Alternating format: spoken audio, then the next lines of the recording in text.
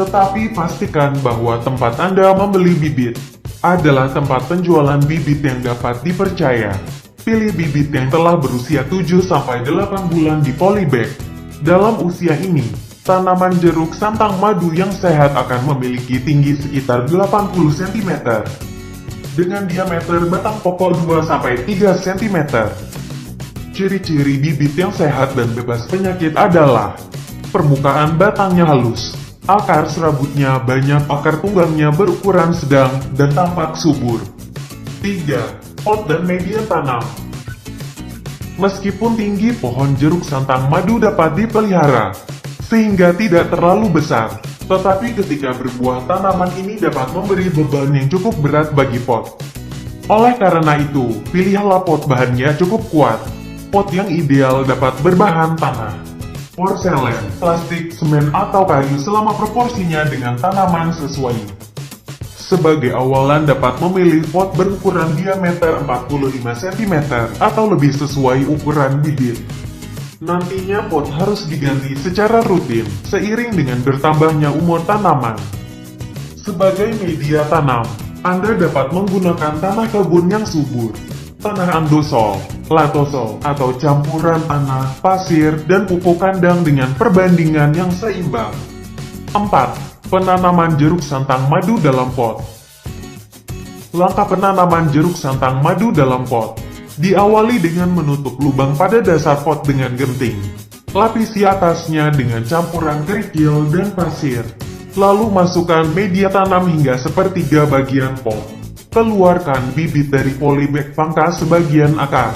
Jika akar bibit terlalu panjang, sisakan setengah dari panjangnya semula saja. Letakkan bibit tepat di tengah pot, lalu timbun kembali dengan sisa media tanam hingga pot penuh. Sirami dengan sedikit air agar tanah agak memadat. Tanaman jeruk santang madu memerlukan sinar matahari setidaknya 5 jam per hari. Letakkan tanaman di tempat yang tidak terlindung dari sinar matahari langsung, agar mendapatkan sinar matahari yang cukup. Sinar matahari langsung tidak hanya membantu proses fotosintesis tanaman, melainkan juga dapat mencegah timbulnya penyakit pada tanaman jeruk santang madu. Hindari meletakkan pot tanaman jeruk santang madu Anda di dekat dapur atau jalan raya. 5. Pemeliharaan jeruk santang madu. Seperti halnya tanaman yang lain, jeruk santang madu memerlukan penyiraman rutin, setidaknya 2 kali sehari terutama di bulan kering. Di musim hujan, intensitas penyiraman dapat disesuaikan dengan cuaca untuk memicu pertumbuhan dan mempercepat proses pembuahan. Lakukan pemupukan rutin setiap 4 bulan sekali dengan NPK, dimulai dari dosis 25 gram per tanaman pada tahun pertama. Seiring bertambahnya umur tanaman, dosis ini perlu ditambah menjadi 50 gram di tahun kedua, 100 gram di tahun ketiga, dan seterusnya. Selain penyiraman dan pemupukan, tahap pemeliharaan lanjutan meliputi pemangkasan. Pemangkasan jeruk santang madu bertujuan membentuk cabang tanaman dan menjaganya agar tumbuh tidak terlalu tinggi. Membuang ranting kering untuk menjaga keindahan tanaman, juga mencegah datangnya hama dan penyakit. Pembentukan cabang dengan sistem 1, 3, 9, ditambah 3 cabang tersier di tiap cabang sekunder. Atur cabang primer agar masing-masing berjarak lebih dari 10 cm. Cara pemangkasan adalah dengan memotong cabang primer, sekunder, dan tersier hingga 30-50 cm dari pangkal. 6. Pergantian pot.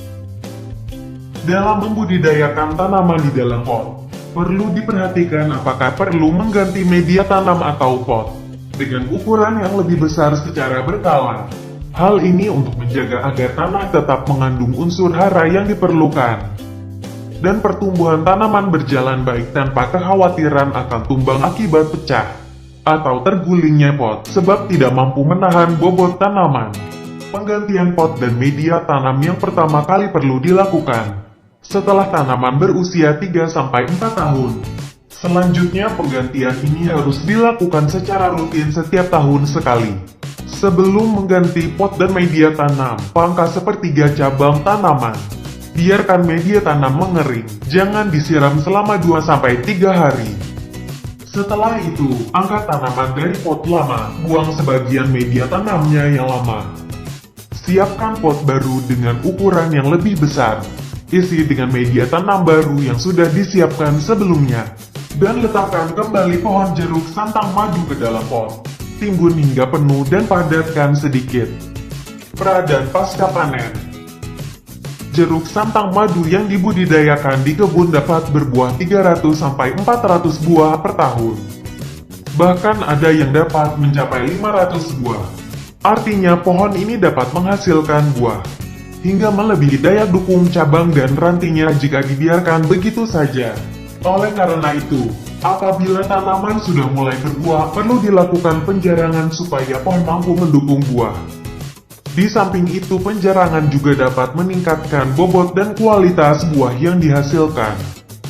Buang buah yang tampak tidak sehat, tertutup dari sinar matahari langsung, atau berada di rerimbunan daun, atau muncul berlebihan pada satu tangkai.